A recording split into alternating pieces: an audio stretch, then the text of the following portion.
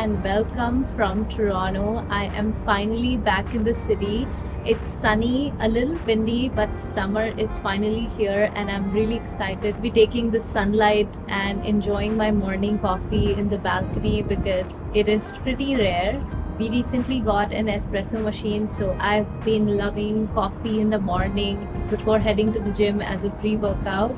And today's video is gonna be one of those videos that I love watching. It's what I eat in a day: breakfast, lunch, dinner, and all in between. Right now I'm not counting my calories, I'm just eating mindfully, so adding some protein in most of my meals, having those good fats, carbs, everything. So hopefully it can give you some inspiration or recipes that you might enjoy. Let's get to the gym and get a quick workout before we...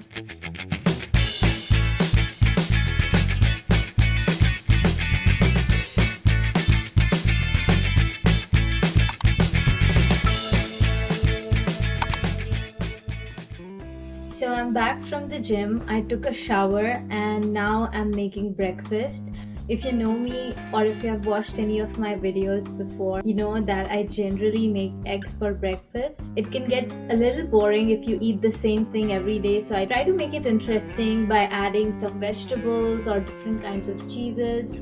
And this recipe is something that I tried in one of the restaurants and I wanted to recreate it at home. So I don't have the exact same ingredients, but I have something that should taste close enough. So that's what I'm making today. So for this recipe, I start by chopping all the vegetables: asparagus, zucchini, red onions, and a few mint leaves. I cut them all in really tiny pieces. Once everything is prepped, I heat a pan and add a drizzle of olive oil. Then I add the chopped vegetables to the pan and let them cook for a few minutes until they start to soften. Look at that sizzle, that's what I look for. Just when the veggies are done, I start adding the eggs. I use 1 whole egg and 3 egg whites for this one, but if I'm using less or no cheese, I opt for 2 whole eggs instead. That kind of balances the richness of the parmesan that I'll be adding later. Some salt, pepper, then I sprinkle a generous amount of parmesan cheese on the top. And as the eggs cook, I add the chopped mint leaves, which adds such a refreshing burst of flavor to this recipe. Honestly, I never thought mint to be an ingredient for an egg recipe, but it has been such a game changer for this one. While the eggs are finishing up, I take a slice of my favorite sourdough whole wheat bread. I get this one from a local Italian shop.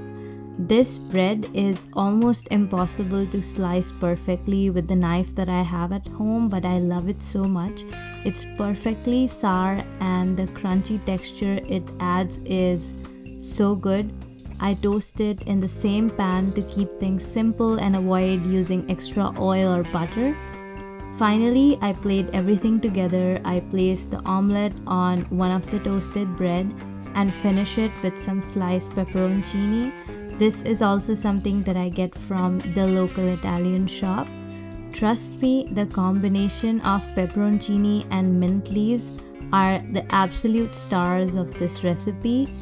They add a zesty, refreshing, and spicy touch, and this meal easily keeps me full and satisfied until lunchtime. This is so good, and the pepperoncini is an absolute must. I feel like the mint is something that you didn't know you needed. It makes so much of a difference. It adds a very different kind of freshness to the whole recipe, and it's incredibly delicious, and I think it's a very good start for the day.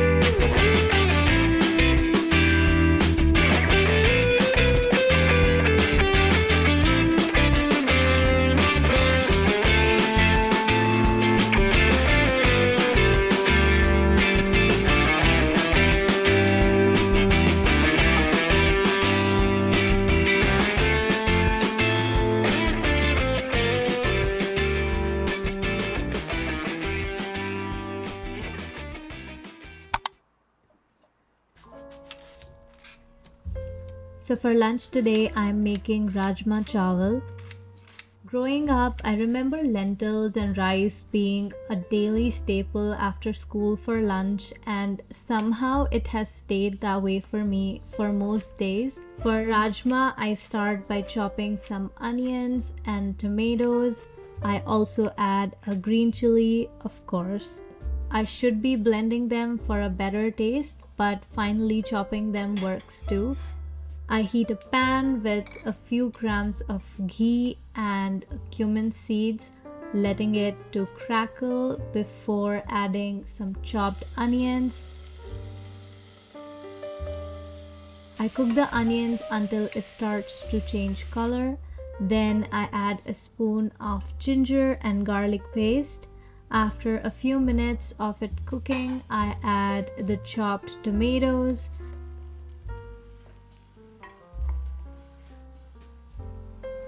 Then I sprinkle in salt and some spices. Here I'm using turmeric, coriander and cumin powder. And because I cannot quite replicate my mother's recipe, I rely on this rajma masala that I get from an Indian store for that authentic taste. Then I let everything simmer and blend together for about 15 minutes before adding the beans. I use canned beans for this recipe because boiling and all the jazz is not as convenient. Then once I mix everything, I let it cook again for another 15 to 20 minutes to really bring out all the flavors. I know this dish looks too elaborate to make daily, and don't get me wrong, I meal prep it once a week and it easily lasts me about 3 days. And lastly, once everything is done, I add some fresh chopped coriander. Look at that.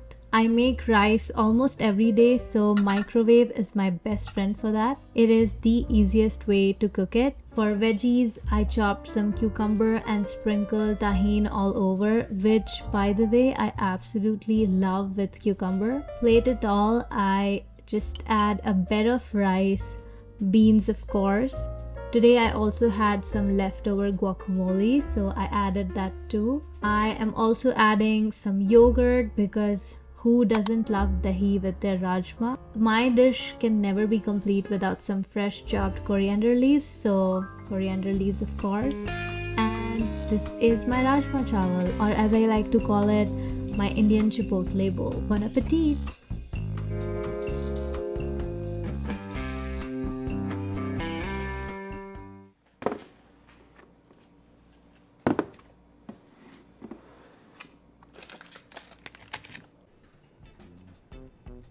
It's almost 5 o'clock and this is the time I get really hungry, but it's too early to have dinner and it's been a while since I've had lunch. So this is the time generally when I eat some fruits or have a smoothie, but since it's summer, I got some watermelon a couple of days ago and I have cut it in tiny pieces to make some salad with some feta and basil and mint from my garden. So that's what I'm gonna make, but I'm a little too hungry, so I think I'm gonna also make some lassi for myself. It is really simple. All I do is take a few watermelon pieces. I've cut them in a little too big pieces, but I think it should be okay.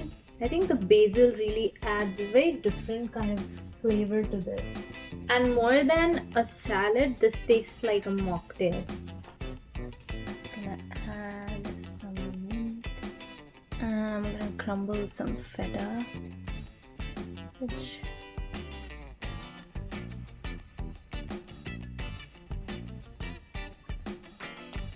Let's do a taste test.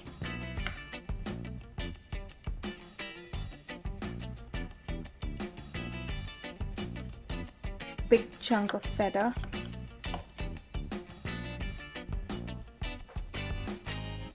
I think this could be a very good starter for a party, and it does taste like a mocktail. For lassi, all I'm gonna do is take some Greek yogurt and some of this Balkan style yogurt. because I like to have a little bit of a normal yogurt taste. Probably 100 or 150 grams of Greek yogurt and some of this. Greek yogurt, in my opinion, has a very plain taste. It doesn't have the normal dahi or yogurt taste, so which I really like. So that's why I mix these two. And all I'm gonna do is add 1 Splenda and some roasted cumin powder. I'm just gonna blend it. Oh, maybe some water.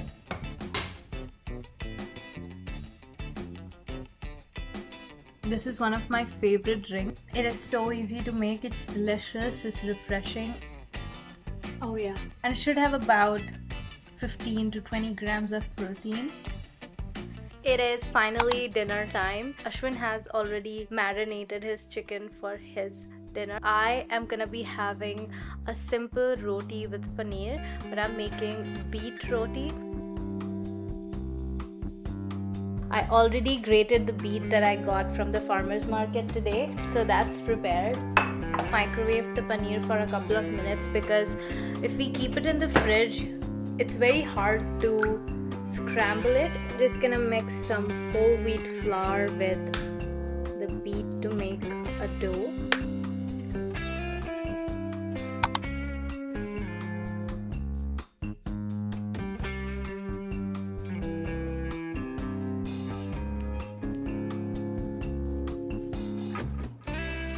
Look at the color, it's so pretty.